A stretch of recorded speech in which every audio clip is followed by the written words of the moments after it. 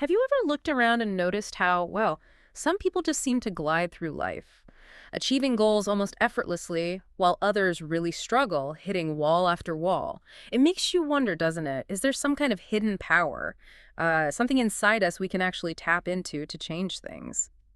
Well, today, that's exactly what we're doing a deep dive on. We're looking at Joseph Murphy's classic, The Power of Your Subconscious Mind, using a great summary from Reading Graphics as our guide. It's like a shortcut to some really profound ideas about how our inner world, well, creates our outer reality. Exactly. And our goal here for you is to really unpack how your mind works. More than that, though, show you some practical ways to leverage this huge potential you have. We're talking about getting the results you want in, all areas. Health, money, relationships, like growing as a person. This isn't just theory, it's about actually doing it. Okay, so let's get into the foundational idea from Murphy.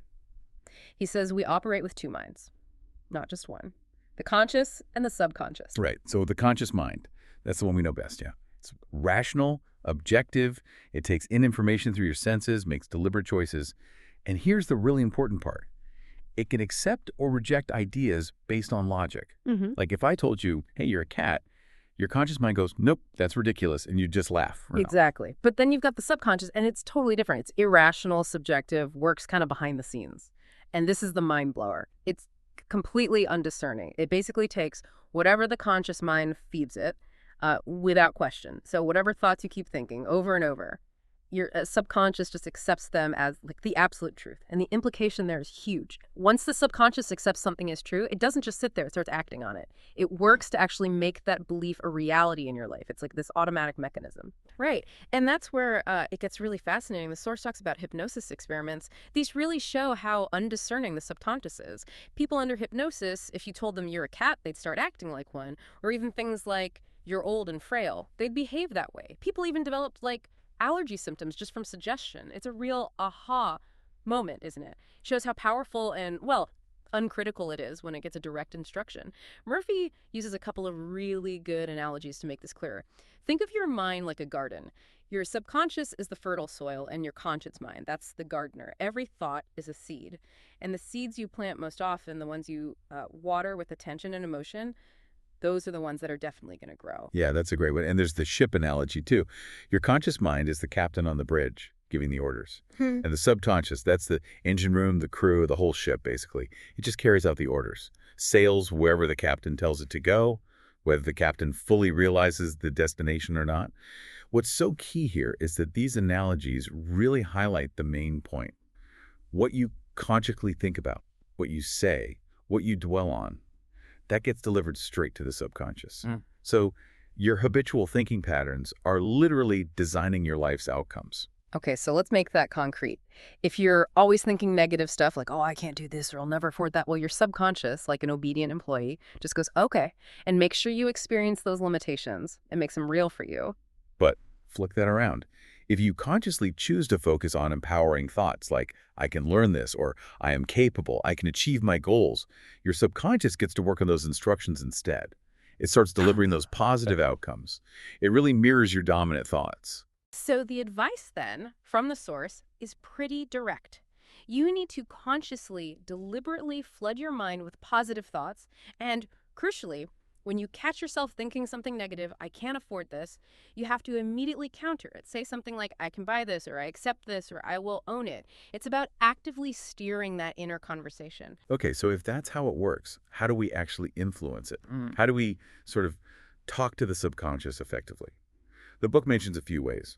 Autosuggestion, that's suggesting things to yourself like affirmations, suggestions from others, which can still sink in if they hit you with feeling. Also, really tuning into feelings, using strong visuals. Gratitude is powerful, and linking new beliefs to ones you already strongly hold. But, and this is really important, there's a big caution in the book. The subconscious takes things literally. There's this pretty intense example of a father whose daughter had severe arthritis. In despair, he apparently said, I'd give my right arm if she could be cured. And then tragically, he lost his arm in an accident. And his daughter's arthritis, it vanished, miraculously cured. Wow, that's intense. It really drives home the point about being literal. It does. It shows the power, but also the need for, well, careful wording. It's not just any random thought that manifests instantly, though. Okay, that's good to know. So it's not like every fleeting negative thought is going to cause disaster. No, not necessarily. The book clarifies that suggestions really take root and become beliefs when they're repeated, especially with strong feeling. That emotion is like the fertilizer. It's that repetition, charged with emotion, that sinks deep and convinces the subconscious. And if you connect that to the bigger idea, Murphy calls it the law of belief. Basically, whatever you truly deeply believe, that's what shows up in your life. Any idea you plant in your mind, and then you water it with positive expectation and feeling, it will grow. It has to. So our deepest beliefs are essentially the blueprints. That really changes how you might approach, well, everything, doesn't it? Let's shift into some practical applications then. How can understanding this actually change things for you, the listener, in different parts of life? Okay, let's start with health. It's fascinating. Your subconscious is basically running the show in your body 24/7. It regulates your heartbeat, your breathing, digestion, circulation, all of it, completely without you thinking about it. And think about healing. You get a cut, it heals. You get sick, your body fights back. That's the subconscious managing repair. And get things, your cells regenerate so fast, the book says you essentially have a new physical body every 11 months or so. Wow. And the book talks about consciously tapping into that, doesn't it? That infinite intelligence that's already running the show to guide it towards creating a whole and healthy body. It mentions amazing healing stories, people using prayer or visiting shrines or specific visualizations. And Murphy explains how these work by basically getting the conscious desire aligned with the subconscious's natural healing power. Right. Then there's success, professional, personal success. Mm-hmm. The book defines true success maybe a bit differently. It's not just about racking up wins, but about living peacefully, joyfully, doing work you love, really expressing yourself. And it gives like 3 keys to get there. First, know exactly what you want. Second, keep affirming and visualizing it. Third, hold on to that belief that it's possible, that it's coming. And it uses examples, right? Scientists, inventors, people who got stuck on a problem, fed it to their subconscious, maybe before sleep, and then bam, the answer pops into their head, like a eureka moment. So the idea is you can do that too for any problem. Exactly. But there is a warning. Don't try to force it. Murphy calls it mental coercion. Pushing too hard, getting all stressed about it. That can actually block the answer. It's more about releasing the problem to the subconscious with faith. Okay, what about wealth? That's a big one for many people. Yeah, and the book argues that a lot of people push wealth away without realizing it because of their beliefs. Maybe they think money's bad, or they're always worried about not having enough, or they believe you can only get rich through backbreaking work. The core idea is that real wealth starts inside, with a mindset of abundance. You have to cultivate that feeling first. Right, I remember that quote. Something like, feeling wealthy produces wealth. That's the one. The feeling of wealth produces wealth. Keep that in mind at all times. And the analogy about circulation, when your blood is circulating freely, you are healthy. When money is circulating freely in your life, you are economically healthy. It's about flow and expectation. Makes sense. And relationships, marriage. The book talks about building relationships on, well, more than just surface stuff. Love, spiritual connection, contributing to each other's lives. It suggests you can attract the right partner by first sort of becoming the ideal partner yourself in your own mind and actions, and then using your subconscious to visualize and affirm that harmonious relationship you desire.